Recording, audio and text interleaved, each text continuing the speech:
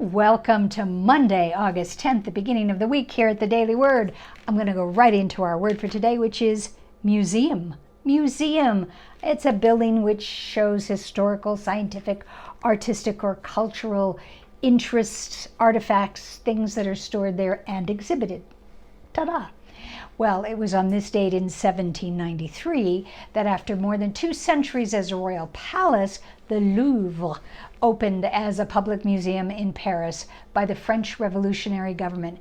And today, the Louvre is one of the richest in the whole world with artifacts and artwork, and it represents 11,000 years of human civilization and culture, and you can even preview some of it online, which is pretty cool since probably aren't traveling much this summer. It was also in this date in 1846, after a decade of debate about how best to spend a bequest left to America from an obscure English scientist, that the Smithsonian Institute Act went into law, signed by President Polk.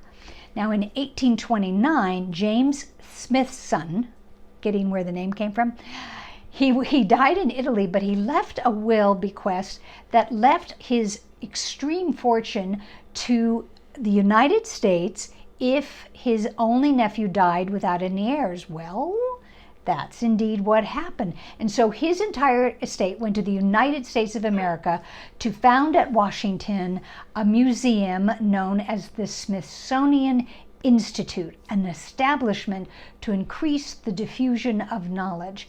So this curious bequest to a country that Mr. Smithson had never visited aroused significant attention on both sides of the Atlantic. So 6 years after his death, when indeed it was confirmed that his nephew died without heirs, on July 1st in 1836, the Congress authorized acceptance of Smithson's gifts. Well, after consideration and a series of recommendations and travel cross-country and transatlantically, Congress agreed that the bequest would support the creation of a museum, a library, and a program of research, publication, and collection in the science, arts, and history. So, on August 10th, in 1846, the act establishing the Smithsonian Institution was signed into law by President James K. Polk. And if he hadn't done that, would we have Fonzie's jacket or Archie Bunker's chair? I think not.